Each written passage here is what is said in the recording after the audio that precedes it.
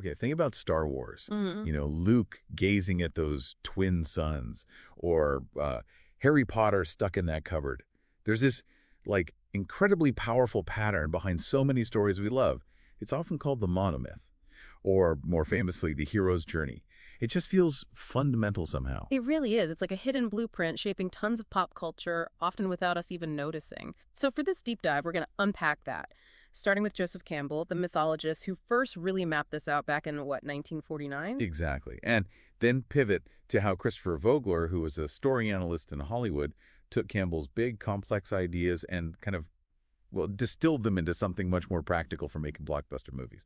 A studio memo, basically. Right. And our mission here is to figure out, what did we gain when that happened, but also what maybe got lost in translation. Yeah, that's key. From dense Okay. academic theory to like 7-page memo for Disney. And maybe most interesting for where we are now, how are storytellers today actually pushing beyond that classic map? Are they challenging it, charting new paths? Because understanding this whole structure, it tells you a lot about why certain stories hit so hard, why they resonate, maybe even how they echo our own lives, our own sort of inner journeys of growth. Definitely. So to really get it, we have to start with Campbell himself, his original vision. Yeah, what was he trying to do? Well, for Campbell, the hero's journey wasn't, a strict plot formula like do this, then do that. Not at all. He saw it more as a metaphor. He called it a magnification of the formula represented in the rites of passage: separation, initiation, return. Ah, okay. So like real-world coming-of-age rituals, but writ large. Precisely. It was his way of describing the soul's adventure, really. A journey towards self-realization. All the external stuff, slaying dragons, finding treasure that was symbolic for him, symbols of inner psychological battles. So it wasn't just about the what happens next in a story. It was about the what does it mean inside. Exactly. He believed the ultimate point of mythology of these stories was pedagogical, educational almost. Yep. To, in his words, carry the individual through the stages of one's life. Wow, that's much deeper than just a story structure. Oh, absolutely. His full model is quite elaborate, 17 stages, divided into departure, initiation, and return. We probably don't need to list all 17 right now, but we should definitely touch on the flow, and especially some key stages that show his psychological focus. Stages that maybe got downplayed later. Okay.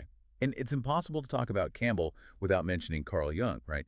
The psychology connection feels really strong. Completely inseparable. The whole monomyth for Campbell is like a giant metaphor for Jung's idea of individuation. Which is that lifelong process of integrating the conscious parts of yourself with the unconscious ones to become a whole person. Exactly. Becoming whole, authentic, and the hero in these stories, that's the ego, kind of setting out on this quest for identity. Okay, that makes sense. And the other characters fit into this too. Yeah, the archetypes. So the wise old mentor figure, that's like the hero tapping into their higher self or maybe innate wisdom. And the villain, often Campbell would say, that's the hero's shadow. Their dark side. This stuff they haven't acknowledged about themselves. Precisely. The repressed weaknesses, the fears. So battling the monster isn't just fighting some external bad guy. It's really about confronting your own deepest stuff. Okay, that adds a whole other layer. Yeah. So thinking about those specific stages Campbell focused on, which ones really show this internal depth? Yeah. The ones Vogler might have minimized. Well, one huge one is the belly of the whale. It's more than just the hero hitting rock bottom. Campbell saw it as this critical transformation point. A descent into the unconscious. It's symbolic of the death of the old self, before a rebirth can happen, like being swallowed, digested, and emerging changed. Right, not just a setback, but a fundamental shift. What else? Then you have stages like the meeting with the goddess and its counterpart sometimes, woman as the temptress. These aren't just about meeting female characters. They represent the hero encountering the feminine archetype, what Jung might call the anima. The goddess offers this profound, life-giving connection, wisdom, spiritual love, that kind of thing. The temptress might represent, say, material desires or distractions that pull the hero away from their deeper spiritual quest. Both are vital encounters for psychological growth. And the atonement with the father. That sounds intense. It is. It's a symbolic reckoning. Not necessarily with a literal dad, but with whatever represents ultimate power or authority in the hero's life. Society, fate, a ruling principle. Facing that forces a new maturity, a self-awareness. The hero has to kind of accept their place in the grand scheme of things. And finally, apotheosis. That sounds godlike. Pretty much, Campbell saw it as the peak transformation, achieving a kind of divine perspective. It happens after the symbolic death of the old, limited self. It's true enlightenment within the journey. Wow. Okay, so the treasure the hero wins isn't just gold. Not primarily, no. The elixir, as Campbell called it, the thing the hero brings back. That's the wisdom. The psychological wholeness gained on that inner journey. And that elixir, that inner wholeness, has the power to heal. To heal a society that's become a wasteland because it's lost touch with these deeper truths. So the enduring appeal isn't just adventure, it's that these stories tap into something universal about our own need for meaning and growth. That's the core of Campbell's argument, yeah. Okay, so that's Campbell's rich, complex vision. Then, Hollywood calls, or rather, Disney does. How does this deep psychological map become, well, a memo? Right. The story really shifts in 1985. A story analyst at Disney, Christopher Vogler, takes Campbell's huge work, The Hero with 1,000 Faces, and condenses the core ideas into just 7 pages. 7 pages from 17 stages and all that Jungian psychology. Exactly. The memo was called A Practical Guide to the Hero with 1,000 Faces. And that title tells you everything. Practical guide. Utilitarian. Totally. Vogler himself said his goal was to create an excellent set of analytical tools to help figure out what's wrong with a story that's floundering. It was meant as a diagnostic tool, a blueprint for building or fixing commercial stories. Make them work for an audience. And that memo? Yeah. It didn't stay secret, did it? No way. It became this underground legend in Hollywood. Then he expanded it into his book, The Writer's Journey, and that really cemented this streamlined 12-stage model as the industry standard. So he took this sprawling philosophy and essentially productized it, made it user-friendly for screenwriters and execs. Pretty much. He re-engineered the journey into 12 stages, made it fit neatly into the classic 3-act screenplay structure everyone was used to. And the language changed too, didn't it? Big time. You see the shift right there. Campbell's deep internal apotheosis. That becomes Vogler's resurrection, which sounds much more like a final action scene. Right. More external. And the ultimate boon, that wisdom or spiritual power Campbell talked about, that gets simplified to the reward, something tangible the hero gets. So the focus really shifted. From the internal state of the hero to the external plot points, what gets the story moving? Exactly. And that simplification, while making it practical, came at a cost. It's been called the Great Omission. The Great Omission. What did he omit? Well, in streamlining it, Vogler really downplayed or just cut out some of the most profound psychological bits from Campbell. Like the ones we just talked about. Yeah, those deep dives into the psyche, the meeting with the goddess, the complex atonement with the father, that internal transformation of apotheosis. They don't really have direct, strong equivalents in Vogler's practical model. They got flattened or absorbed into broader stages. And so a lot of the symbolism, the psychological depth, just kind of got stripped away. Largely, yes. And he also changed how some stages worked. Take the refusal of the call. Campbell saw that as a possibility, maybe even a tragic one, right? Refuse the call, end up in a wasteland, unfulfilled. Exactly. A choice with real consequences for the soul. But Vogler, he elevated it, made the refusal almost a mandatory beat in Act 1 to build suspense, to raise the stakes, show the hero hesitating before committing. It's an effective plot device, makes the eventual acceptance more powerful, but it loses Campbell's sense of it being a potentially life-defining wrong turn. So it became a tool for story mechanics, not a warning about living an unlived life. You got it. And you see this everywhere in the translation. Campbell's belly of the whale, that symbolic death and rebirth. Yeah. It kind of gets folded into Vogler's general stage called the ordeal. It's still a major challenge, but it loses that specific resonance of deep internal transformation, of hitting psychic bottom and coming back new. It's just the big test. Less symbolic death, more big trial. Right. And that atonement with the father, that complex internal reckoning with authority or destiny. No direct Vogler stage for that. Nope. Conflict in Vogler's model tends to be simplified towards an external antagonist. Much cleaner for a movie plot, maybe, but less psychologically nuanced than Campbell's idea. Apotheosis, becoming godlike inside. Becomes the resurrection, which usually plays out as that final, often physical, battle. The climax where the hero snatches victory, maybe seems defeated but comes back. It's external action embodying the internal change, but the focus is on the action. And the ultimate boon, the wisdom, becomes the reward. Often a literal object or key information, or just the victory itself that the hero uses in that final act. Again, tangible, external, useful for the plot. So internal landscape becomes external plot map. That's a great way to put it. Practical, effective for movies, but definitely a different beast than Campbell's original vision. Okay, but let's be fair.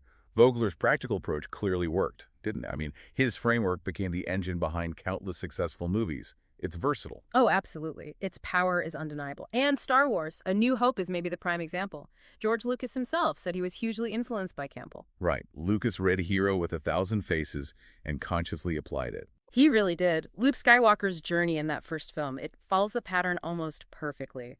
You've got the ordinary world on dusty Tatooine. And the call to adventure Leia's message in R2-D2. Classic. Followed by the refusal.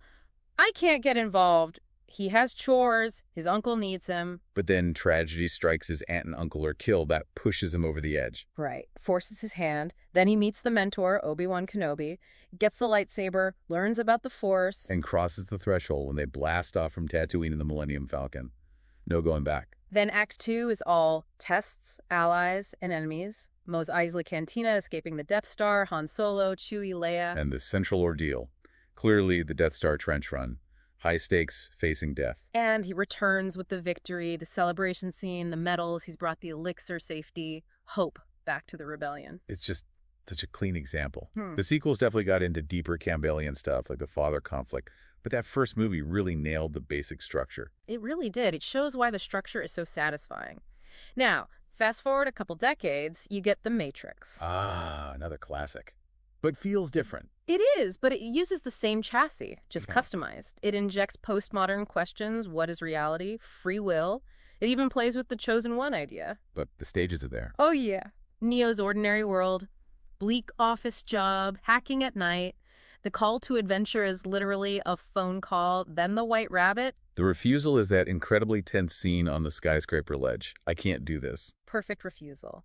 Morpheus is the obvious mentor, offering the choice. And crossing the threshold, taking the red pill, can't get more definitive than that. Okay, yeah, I see it. But what's really cool about The Matrix is how it brings back some of that psychological depth. Vogler sometimes flattened. How so? Think about the Oracle. She functions a bit like the woman as temptress, but she tempts Neo not with pleasure, but with knowledge. Devastating knowledge that he's not the one. Ah, that's a great point. A mental temptation, a tense of faith.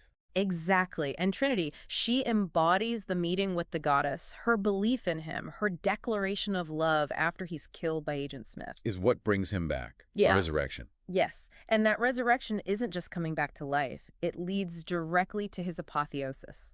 He sees the code. He becomes the master of the Matrix. It's a profound internal shift triggered by love and sacrifice. So they used Vogler's structure, but kind of plugged Campbell's deeper psychological engine back into it. That's a fantastic way to look at it. It shows the framework isn't necessarily restrictive if you use it creatively. Okay, one more big one. Harry Potter. How does it fit? Especially being a long series. Harry Potter is a great case study for how adaptable the journey is for serialized storytelling.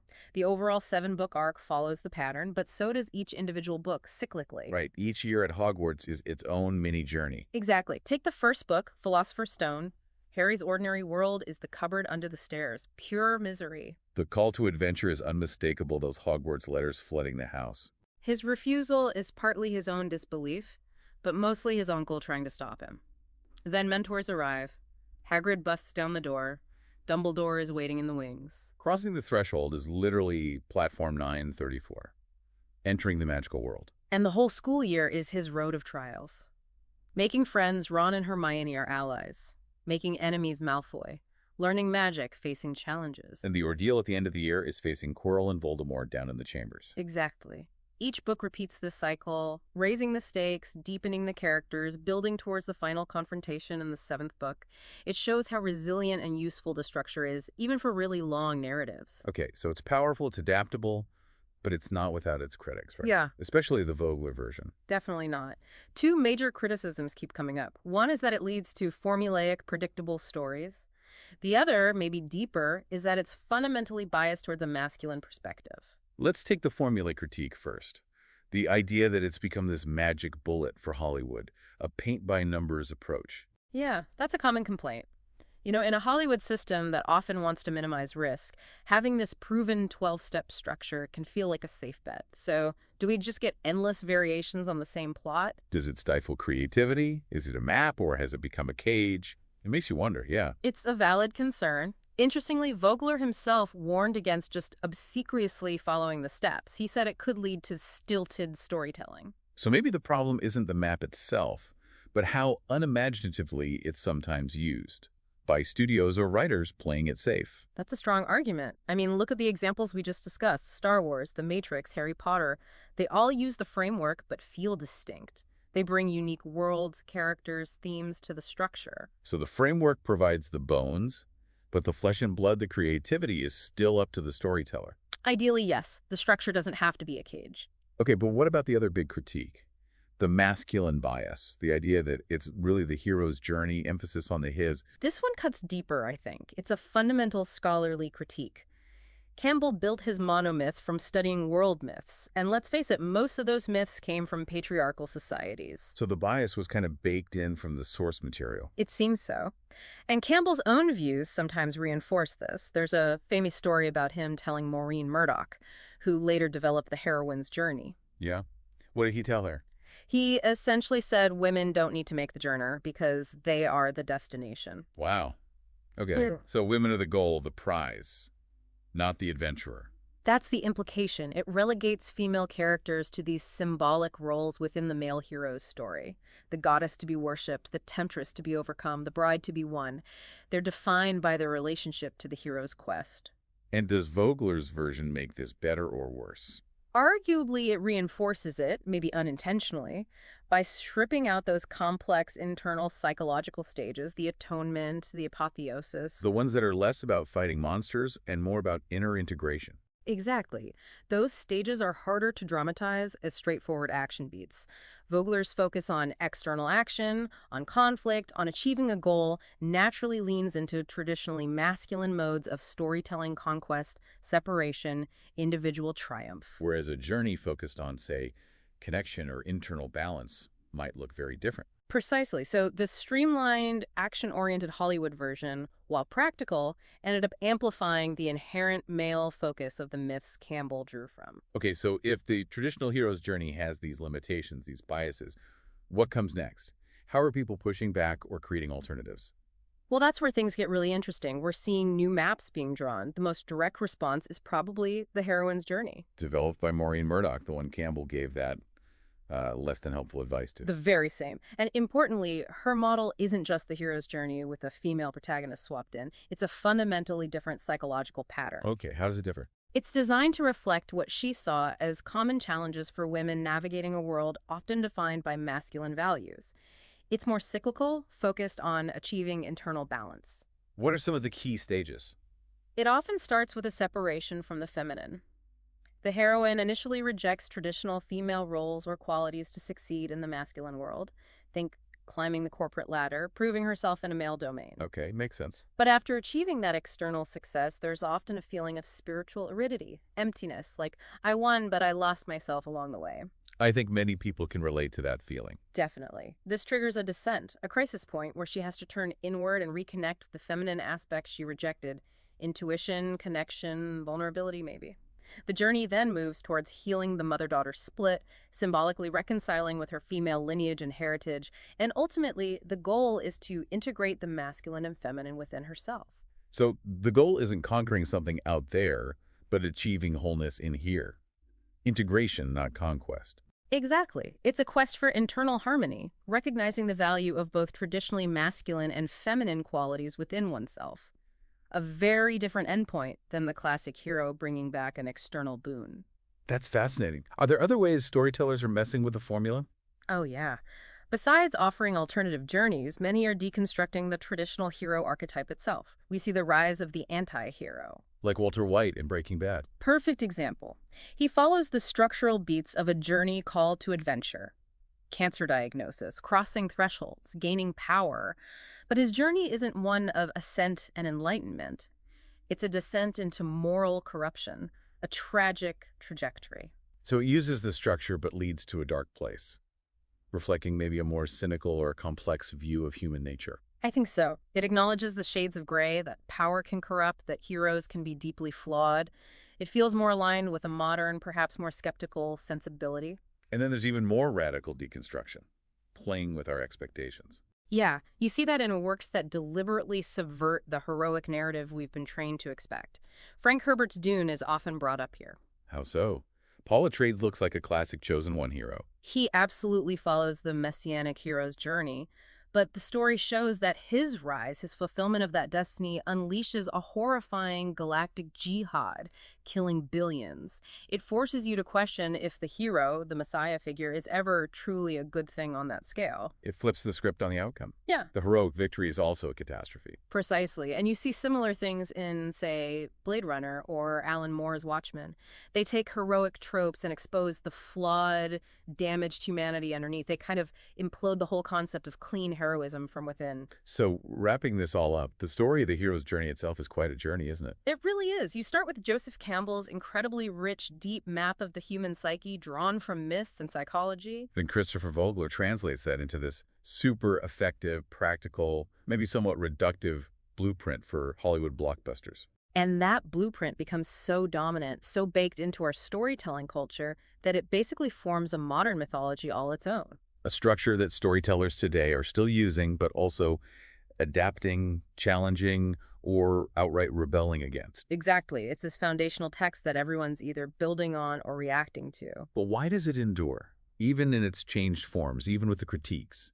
Why does the idea of the journey still hold so much power? I think ultimately it's because it connects to something truly fundamental about being human, that core experience of growth. We all understand on some level that need to leave our comfort zone to face challenges or dragons and hopefully come back changed, maybe a little wiser, a little more whole. It mirrors our own life journeys, big or small. I think that's the key. Its enduring power comes from that deep resonance with our own innate drive to evolve. So the legacy isn't just one single path, the Campbell-Vogler Highway. Yeah. It's more like they drew the first big map, but now the territory is full of new paths being explored. That's a perfect way to end. The hero's journey, Campbell's monomyth, gave us a powerful lens.